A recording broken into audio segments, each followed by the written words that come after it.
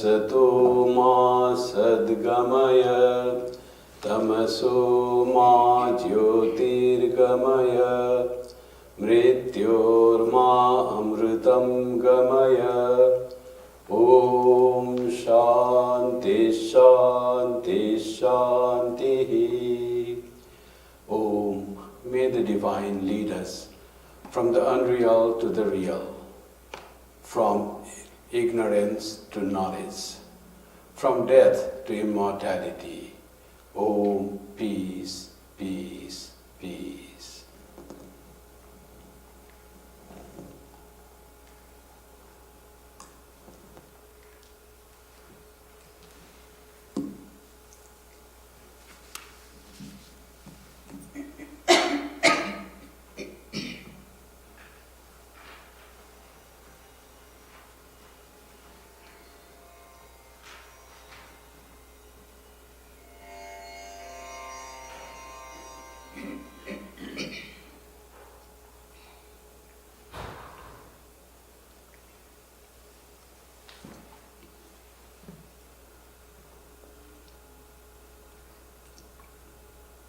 Today's song is composed by Sant Kabir, and this is a Hindi composition.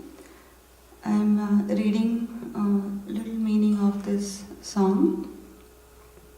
Yugana Yugana Ham Yogi. O wanderer, for ages and ages I have been a yogi. I don't come or go, never disappear. I enjoy the endless sound.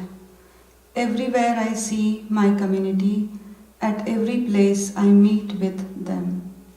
I am in all are in me. I am alone and together. I am the realized, I am realization. I am silent, I speak. Showing outer form, inner form, no form, I play within myself. Kabir says, listen friend, seeker, I have no desire, never leaving my hut, I sway in the self. I play simply to please myself.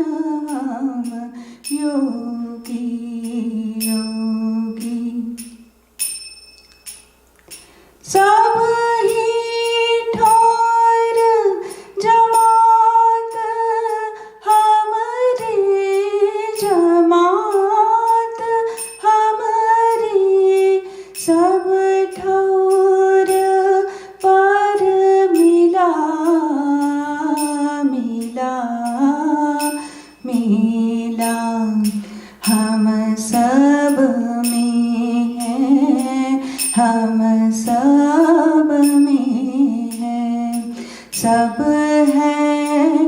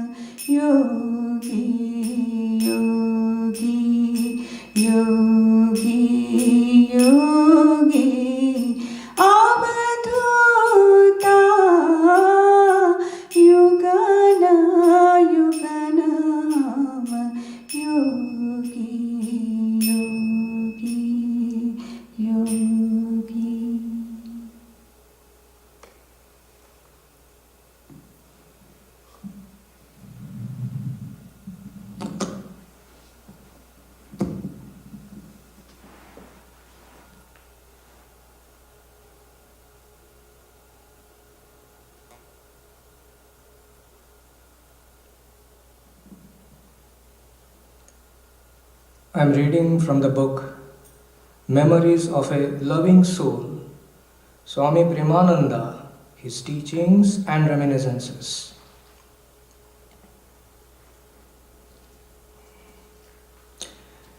It was the evening of March 14, 1916, the day following the public celebration of Sri Ramakrishna's birthday.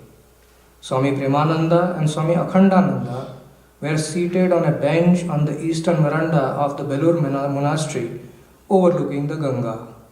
Several other Swamis and young Brahmacharis were seated on a bench nearby. Presently, a member of the group addressed Swami Kripamayananda. "Revered Sir, please tell us something about Sri Ramakrishna. To hear of him directly from you is far more inspiring and uplifting than to read of him and his teachings in the Gospel."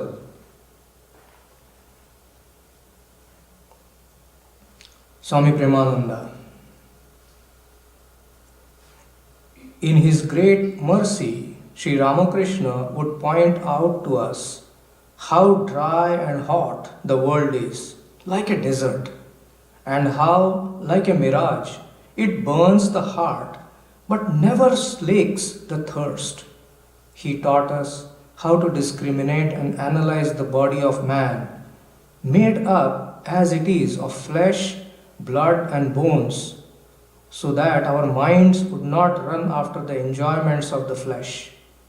He would tell us of the great power of the all bewitching Maya, and how man, forgetting his divine heritage, has fallen again and again into her clutches.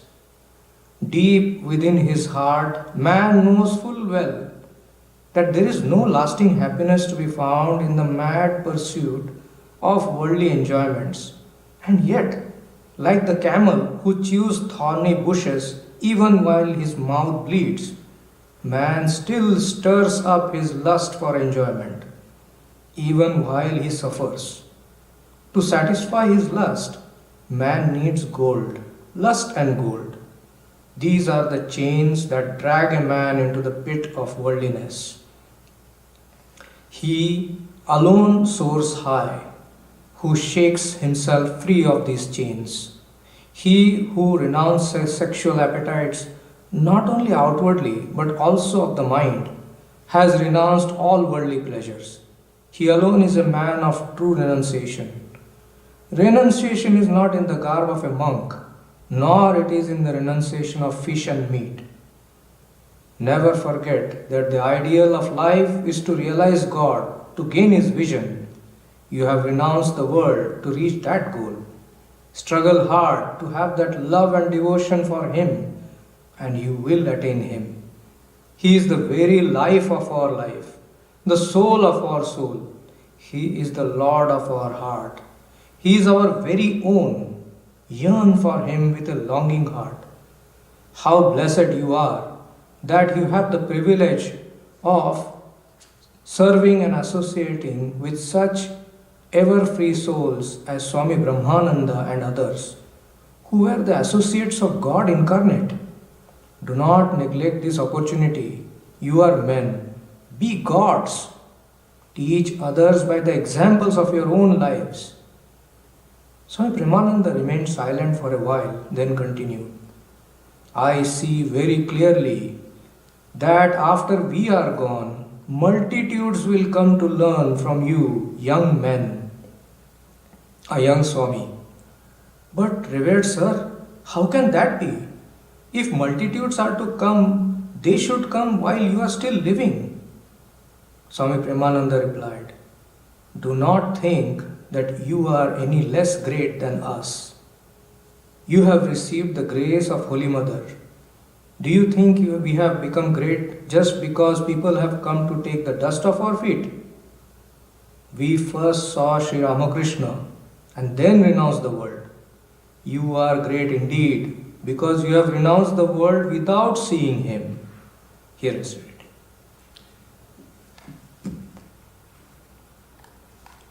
Now, a short period of meditation.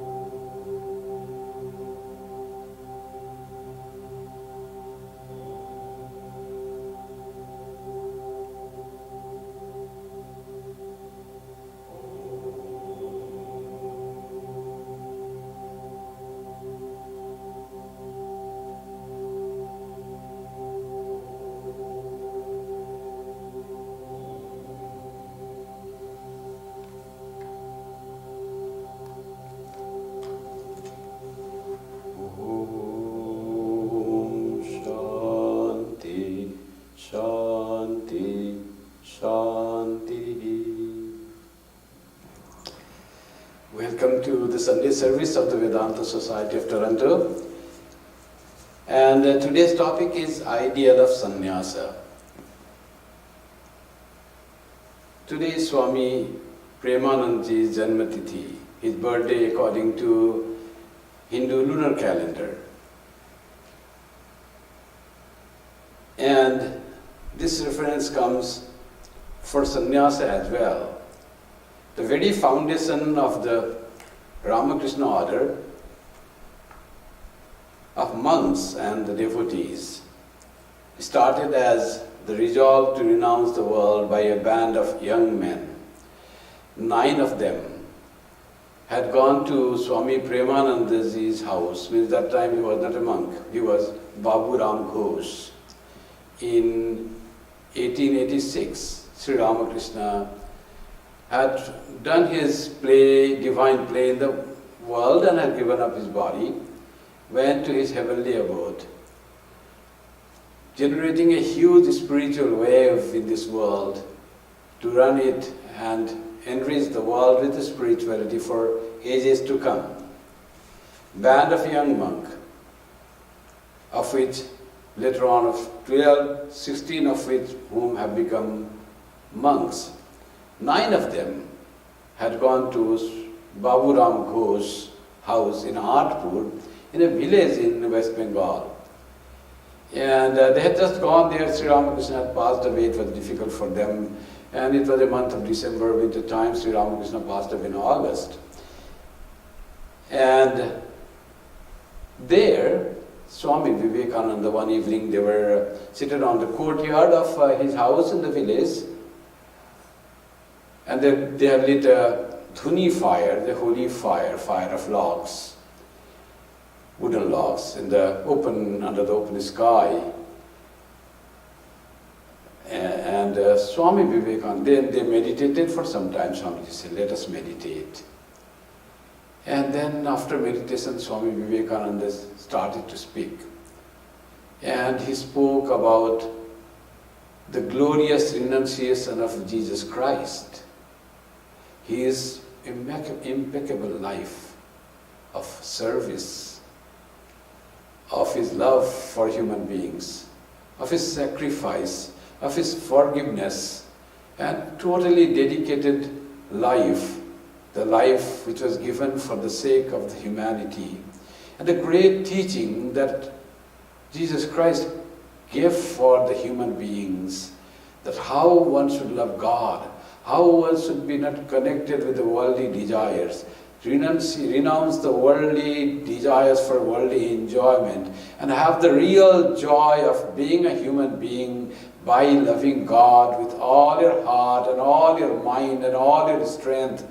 And that's what Jesus said. And that story of renunciation, of a great life of renunciate, ideal sannyasin, to exhort the young friends of Narendranath Datta, later become Swami Vivekananda, in the house of Babu Ram Ghosh, whom Sri Ramakrishna said, he is so pure that even his very bone marrow is pure. That was the depth of purity of Babu Ram Ghosh that Sri Ramakrishna recognized and proclaimed about Swami Premananda. So pure he was.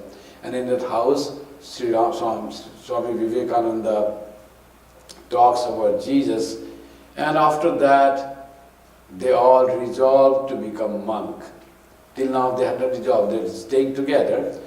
But that night they said, we will all renounce the world formally and we become monks, sannyasin. And Swami Vivekananda gave a new, of course on the instruction of Sri Ramakrishna, he gave a new turn to the ideal of sannyasa life that we'll talk today. And that was the day how this I will talk, and Swami Premanandaji's birthday coincide together. So it's so wonderful. Sannyasa, the word, it comes from 3 Sanskrit roots. One is, the very root of the word is us. Us is prefixed by 2 prefixes. One is sam, another is ni. Sam means Sam means wholly, ni means perfectly, totally. Wholly, totally, as means to throw away, to give up, to renounce.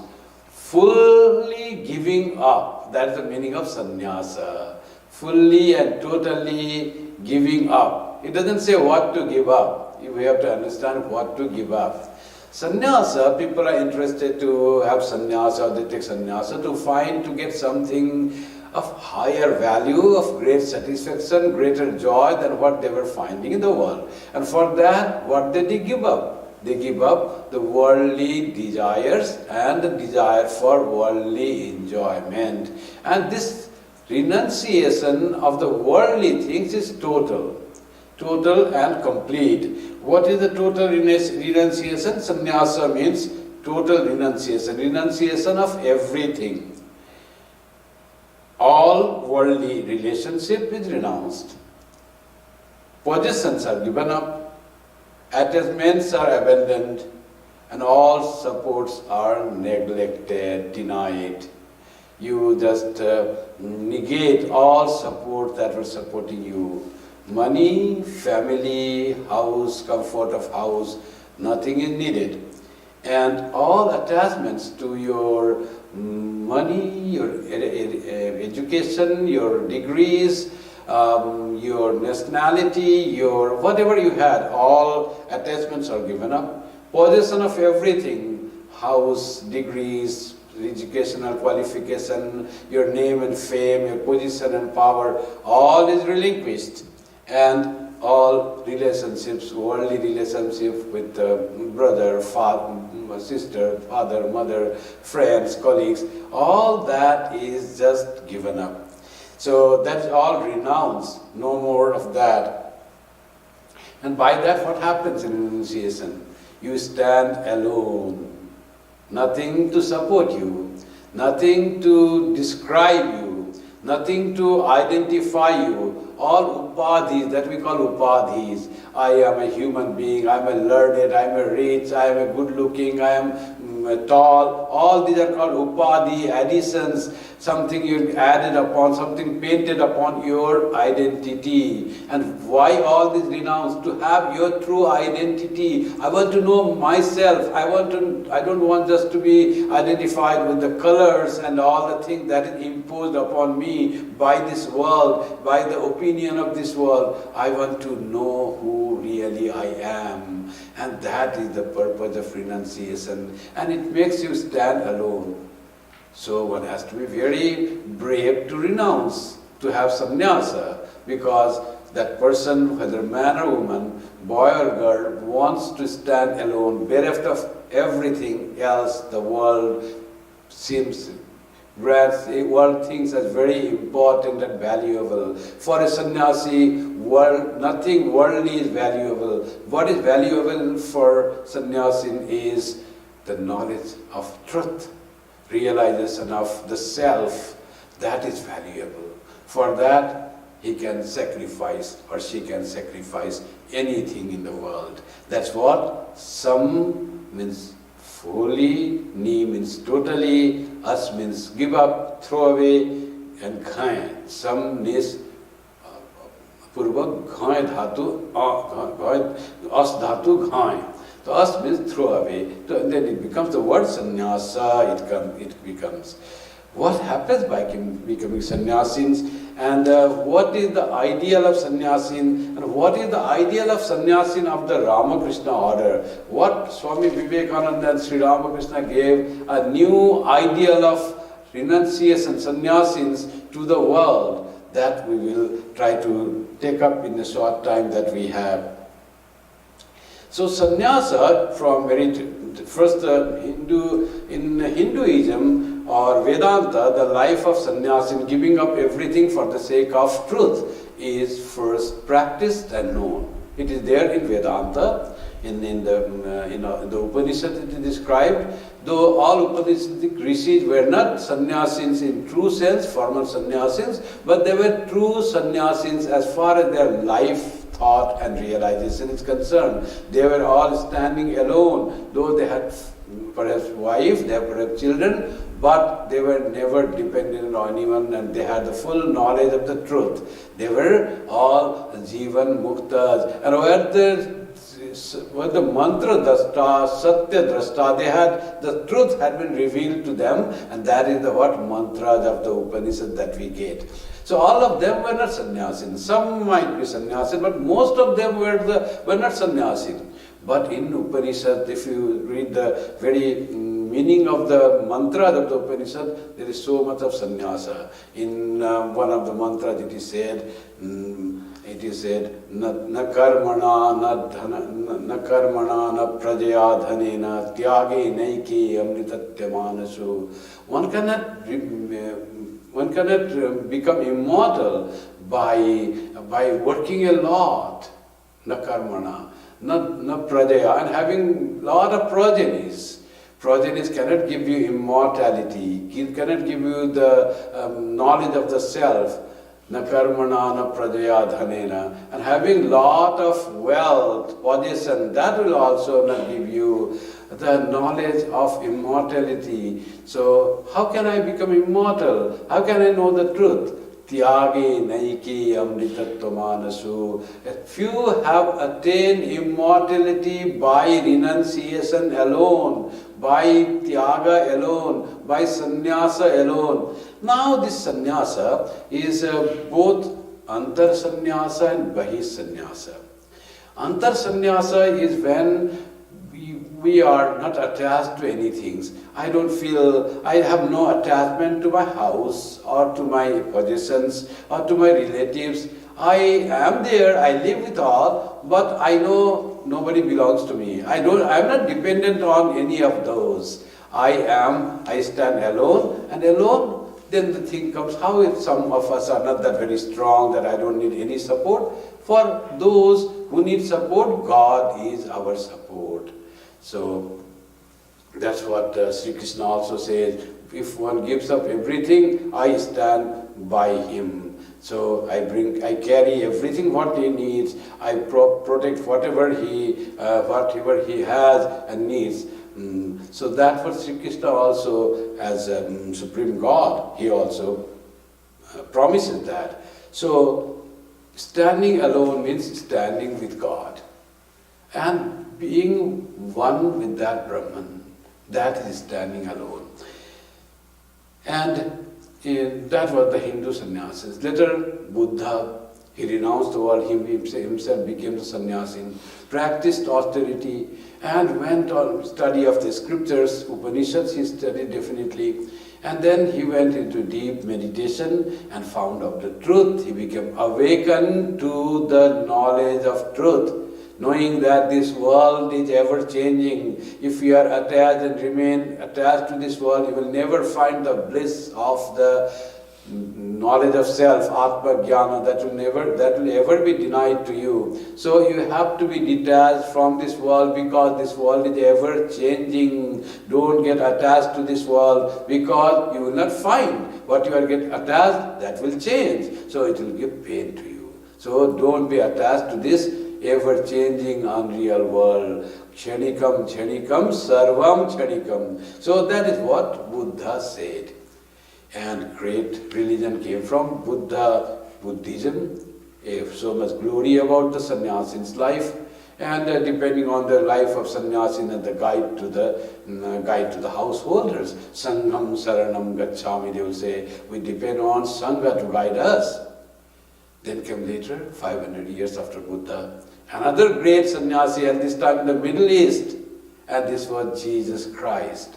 He gave a new turn to the existing religion of the Jews and said renunciation is important, and he inspired 12 of his disciples to renounce everything and love humanity and live for God. So that was Jesus himself taught, he lived, and there came the Christianity, where particularly in Catholic Christians, importance is given to renunciation. Protestant came later on, they went away from renunciation, but what Christ taught was renunciation of worldliness, what to renounce. Sri Ramakrishna was once describing about vairagya, renunciation, giving up.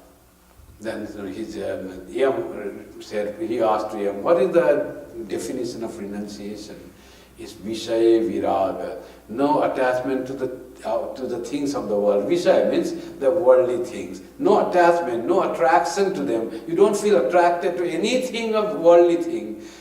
Your possessions, your relationship, your position, nothing attracts you. You are not attached to any of that. Sri Ramakrishna said that is half, that is not yet full. Not being attracted to the worldly things and also being attracted to God. Vishaya Viraga, Ishvare Anuraga. Then it becomes full renunciation. You give up everything. You are not attached to anything. You stand alone. For what you stand alone? That has to be clear. You stand alone for the sake of God. So, from Christianity came three great vows of monasticism. It is chastity, poverty, and obedience. So, those are the ideals of renunciation. Chastity is control of our desires. That's Brahmacharya, it's called in Hindu jargon, it's called Brahmacharya in Hinduism. Brahmacharya is chastity for householders, celibacy for the monks. So, conserving all sexual energy into higher energy, which will make our brain finely tuned to understand the truths of this very abstract truths of reality, where you have to go deeper and deeper. You cannot just go there by through only intellectual power. To make intellectual very refined and to be able to grasp the truth of that subtle truth of reality, one needs to have that ojas, that extra energy which is obtained by conserving and transforming the energy that will promote sexuality in human being. That's called Brahmacharya. Brahmacharya, one idea of Brahmacharya is that. Another is you control all your senses. You control your desire to have food, desire for enjoyment. You control all the senses. That is a part of Brahmacharya. Real meaning of Brahmacharya, very word meaning, the etymological meaning is Charanti Brahme Yasa Brahmacharya. One who roams in Brahman, roams in truth. All this control of the senses will lead us to the real path of leading into Brahman or the truth. That is Brahmacharya, self-controlled. Often it is said to be self-control. And detachment from the world. That is chastity. Poverty, why was so much given importance to poverty for monastic ideal? Poverty is not possessing anything yourself. No wealth, which seems to be very important, and all life goes on about the wealth. For an ordinary human being, you'll find all their thought starts in the morning. Those who invest money in stock exchange, from the beginning, early in the morning, they will get up and what is the rate today? And after some time, what is the rate today? It's gone. Oh, it is going up. And after some time, it dwindles down. Oh, sad. I lost my 10,000 rupees in 1 minute. After some time, again tomorrow morning, oh, I get 5,000 rupees today. Very happy. And one moment happy, other moment unhappy. But whole time in how much stock exchange is going on, what I have invested is going high or low, in that whole life goes on. Mostly it is in the retired life that we do that way, most of us. And whole life is in money. All thinking about money. No real bliss.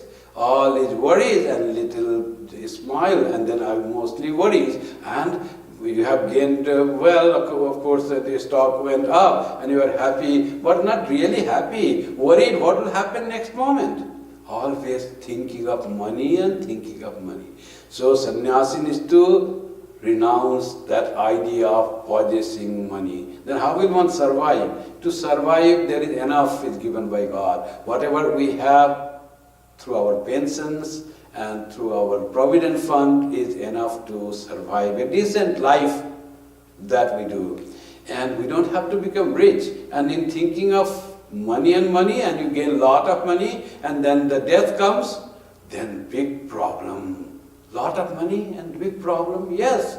How to distribute that money, whom to give and whom not to give. And that becomes deep thought in your last moment, and next life you go and you are born in a house and samskaras takes. Again in next life you are interested to invest money and earn money and accumulate money. Life goes on only in money and money.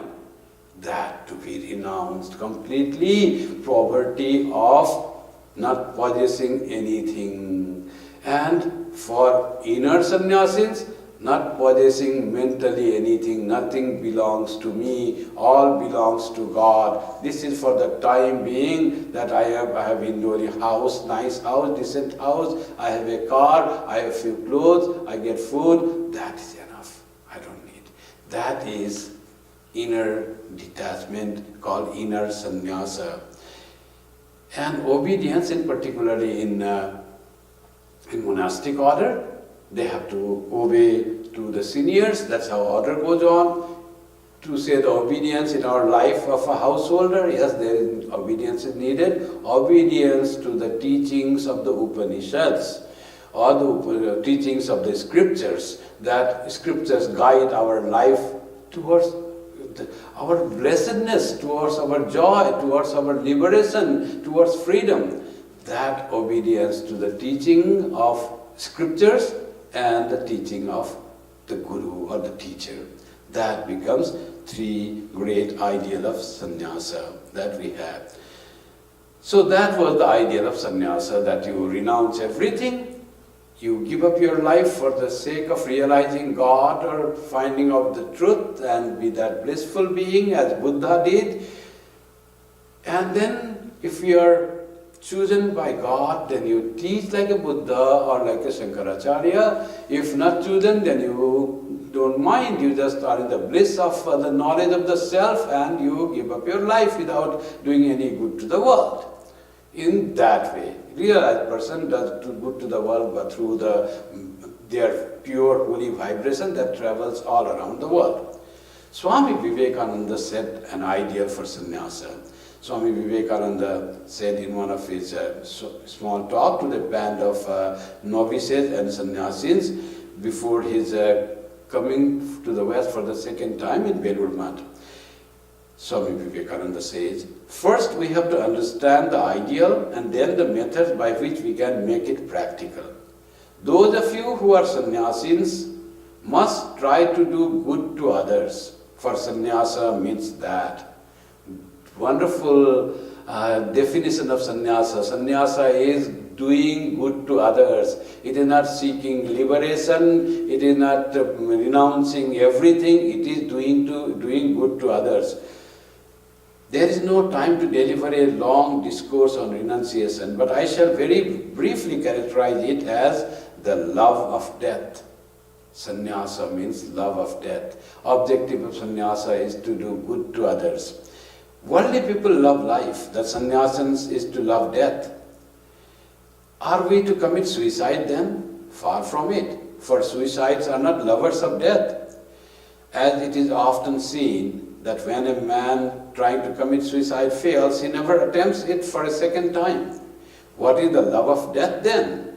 We must die, that is certain. Let us die then for a good cause. Let all our actions, eating, drinking, and everything that we do tend towards the sacrifice of ourself. You nourish your body by eating what good is there. By eating, what good is there in doing that if you do not hold it as a sacrifice to the well-being of others? You nourish your minds by reading books. There is no good in doing that unless you hold it also as a sacrifice to the whole world. For the whole world is one. You are rated a very insignificant part of it, and therefore it is right for you that you should serve your millions of brothers rather than aggrandize this little self.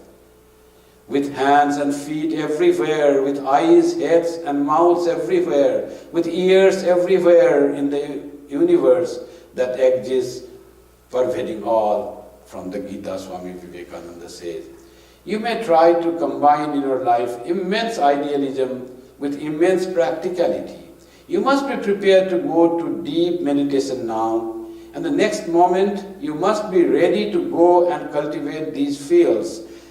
That's what Swamiji's ideal of sannyasa is, where he says you have to be doing all your prayers and meditation and purifying and making yourself peaceful with the knowledge of the self, holy life, but that your holy life should be doing something, it has to contribute to the world. Otherwise, life of a sannyasi is not complete. You must strive to do good to the world by making yourself pure and holy and full of renunciation and detachment. That's what Swami Vivekananda tried to do about the sannyasa.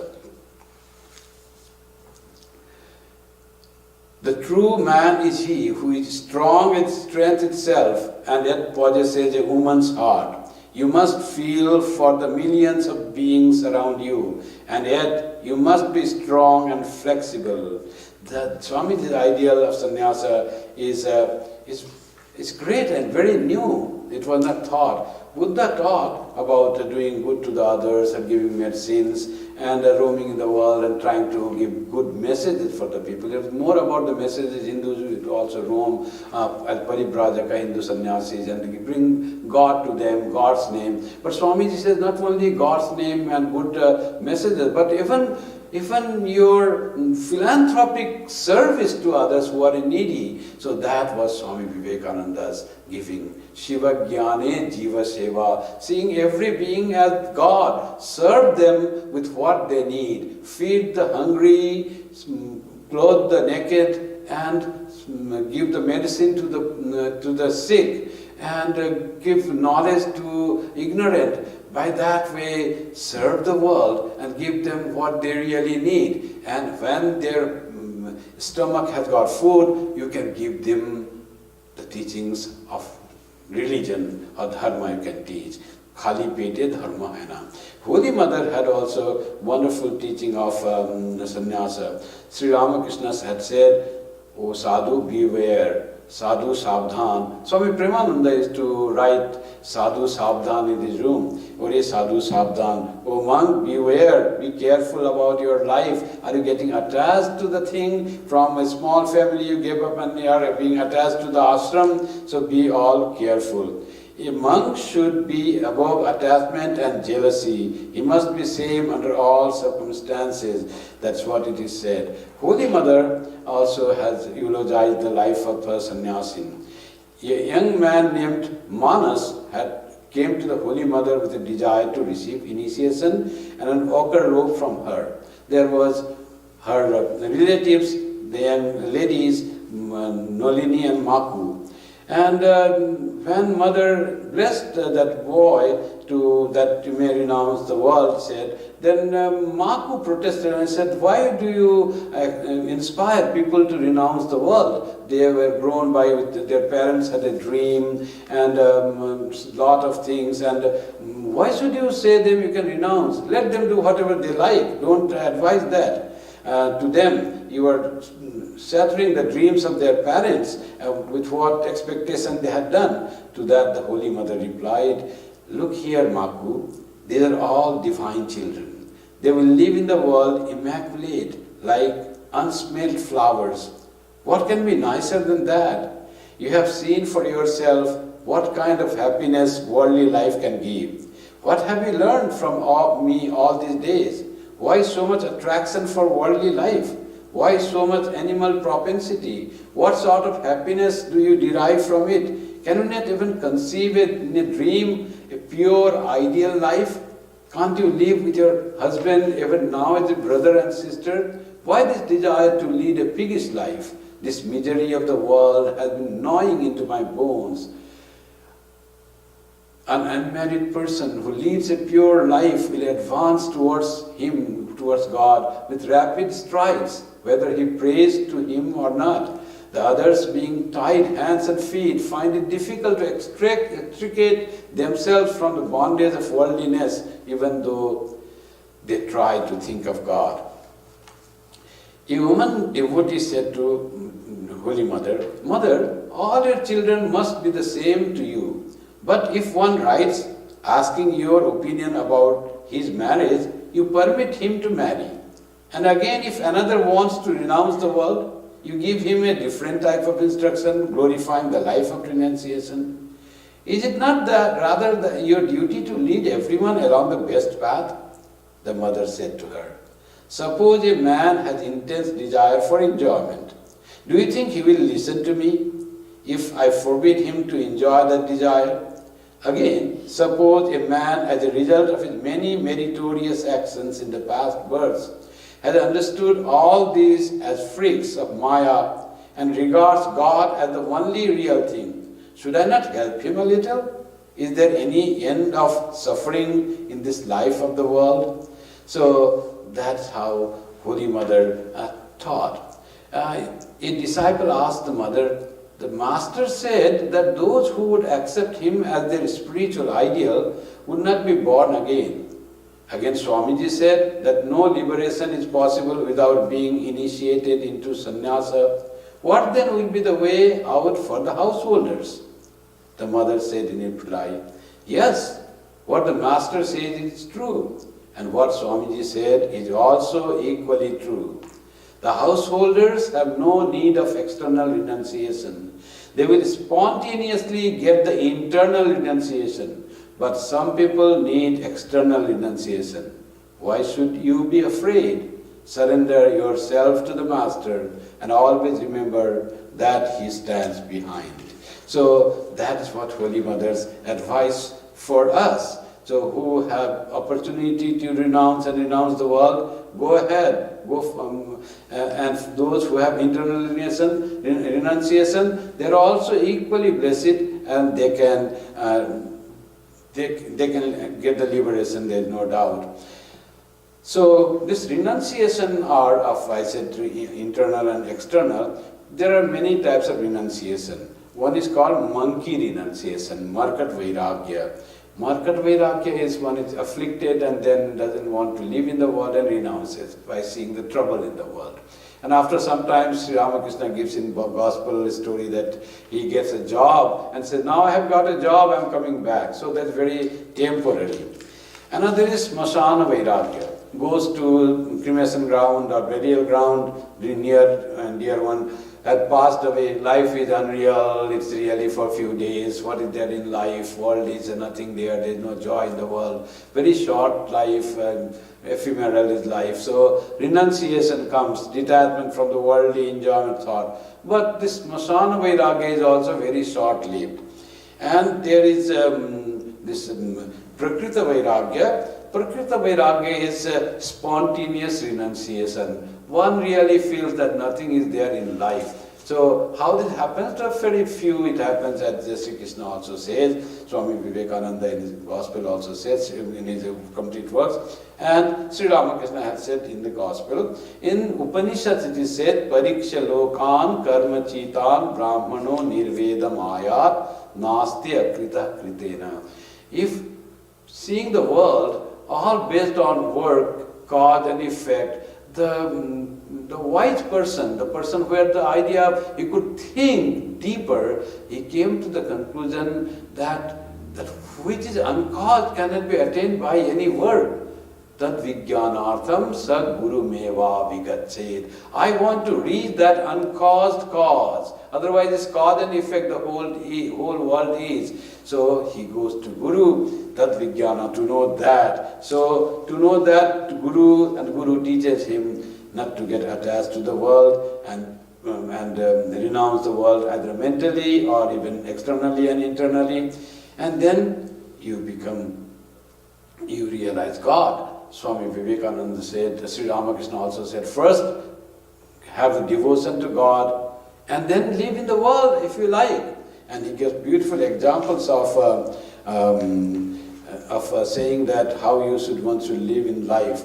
live as a maid servant, he says to us, to the who live in the world, that you live in the world with all your relatives and with all your house, but know for certain, no one is your own. All belong to God, and you are living with them as if they are your very own. Treat them as your very own, but never get attached to them and think they are own, because one day you will be separated from them. Live as a maid servant, living in a rich man's house, working and saying, this is my house, this is our child, this is happened to my thing. She just identifies and speaks that way, and fully knowing that her own real house is somewhere else. Know for certain that we all belong to God, and God is the real master of all of us. Even children, grandchildren, all God is ours. We are all related to God. But don't, as Sri Krishna says in the Gita, work in the world as attached people work. Just work unattached. So that's what we have to do in the world. Live like a tortoise, says Sri Ramakrishna. Tortoise lays its egg on the sand, swims in the water turtle, and but its mind is always on the eggs. So like that, put your mind in God and live in the world. And he said, before cutting the jackfruit, smear your hands with oil. So if you smear your hand, then the sticky juice of the jackfruit won't stick to your hands. So like that, before entering into the world, grow that devotion which will be like oil. You will not suffer from the worldly changes, worldly things. And also do what is real and unreal. I also like to think about that. So, what happens if we become monk? Shankaracharya has written very nice 5 stanzas on a sannyasins, Eti Panchakam. Eti means sannyasin, or who is struggling for struggling for realization. So what happens in that? He said, Vishok Vedanta Vakyeshu Sadaramanto. He's always happy in the message and the teachings of the Vedanta. Vedanta Vakyeshu Sadaramanto. Vikshanna Matre Nachatushtimanta. Always happy in whatever is given by them in the alms. Vishokavanta Karunaikavanta. He is without any sorrow, free from sorrow, because he doesn't think of anything worldly. So thinks only of the divine self. And Karunaikavanta, full of compassion for others. The sannyasins are not detached in that way. They have no feeling for others. They have full compassion for others. That is the ideal of sannyasin. Without love for others, without having compassion for others, renunciation is not true renunciation as described and made practical by Swami Vivekananda in the Ramakrishna order. Dehadi bhavam parimarjayanta. The erased their body consciousness. Those are the sannyasis who erase their body consciousness. Atmanam atmani avalokayanta. See true self in the self. They are always in true self. Nantam na madhyam na bahishmaranta. Blessed is a sannyasin, is a monk who doesn't remember anything but the truth of the self, always remains in present.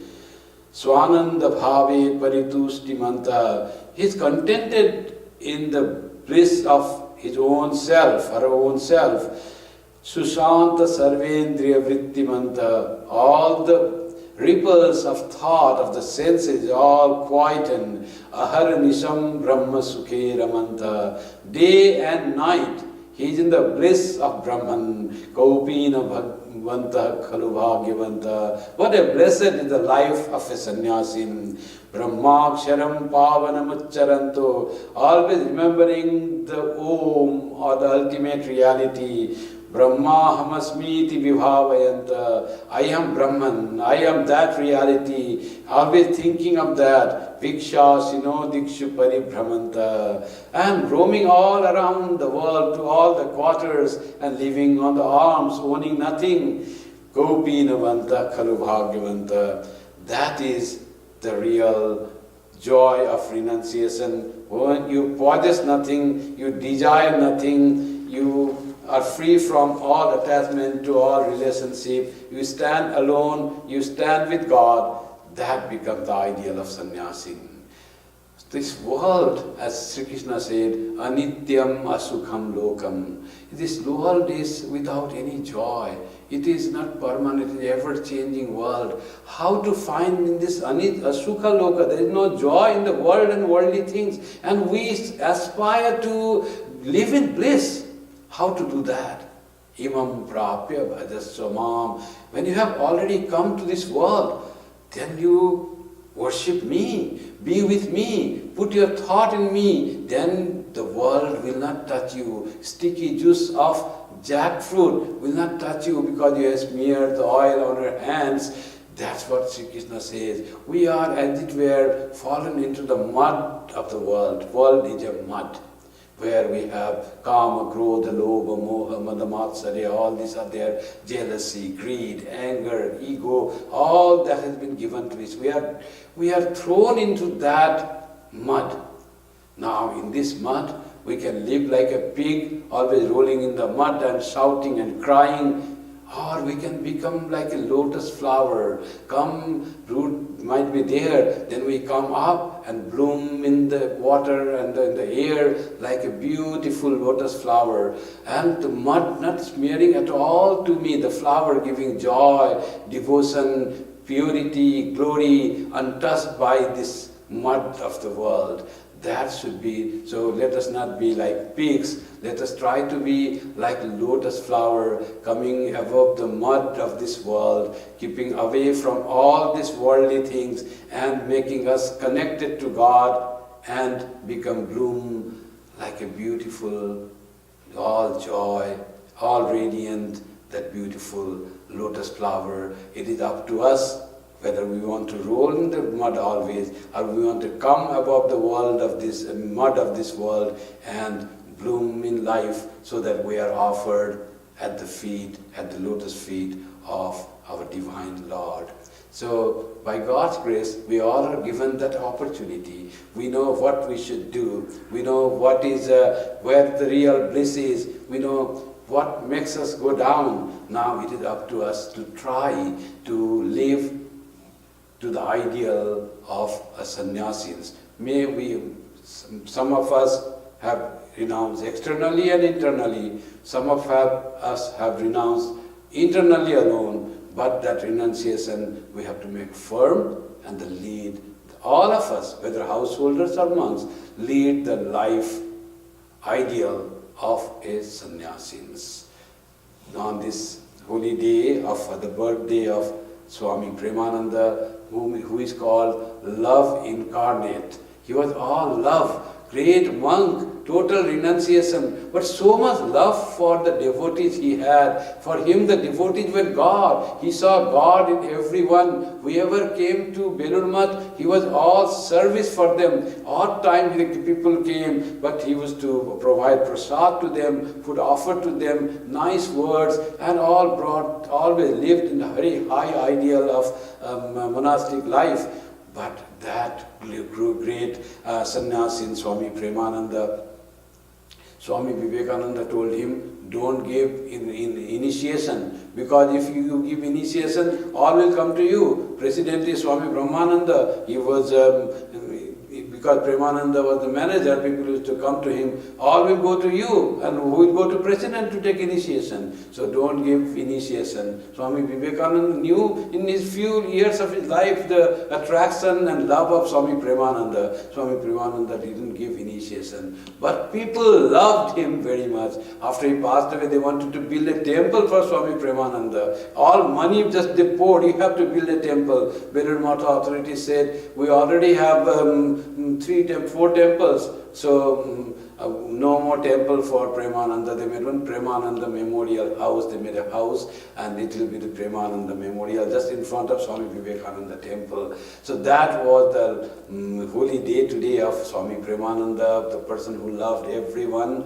and served everyone, every devotee, seeing God in them. Sarvata panipadam tat sarvato kshishiromukam sarvata srutimal loke sarvamavritya tishtati. Everywhere God's heads, all heads are His, all eyes are His, He walks with all thousands of feet, He works with thousands of hands. Everywhere whatever you see is God.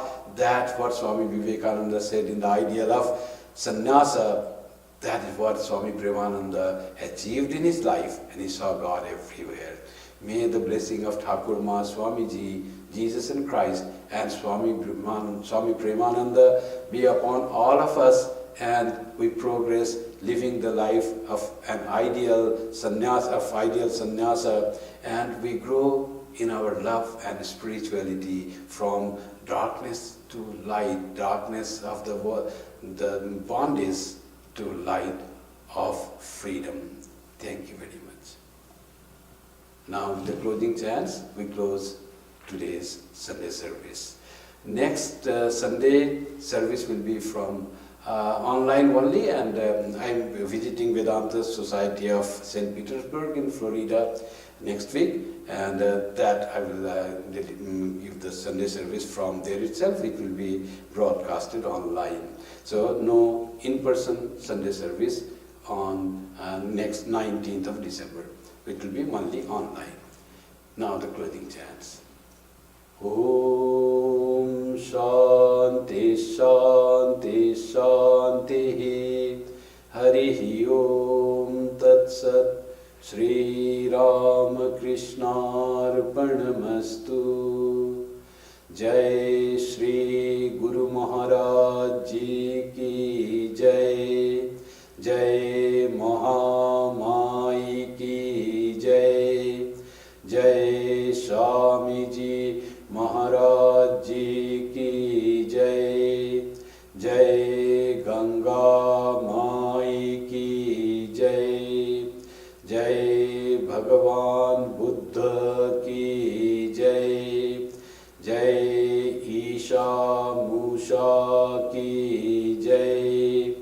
Jai Swami Premananda Maharaj Ji Ki Jai. Sarvastaratu Durgani Sarvo Bhadrani Pashyatu Sarvasad Buddhimapnotu Sarvatra Nandatu. Hari Om Tat Sat. May all be freed from dangers. May all realize what is good. May all be actuated by noble thoughts. May all rejoice everywhere. Om, peace, peace, peace be unto us all.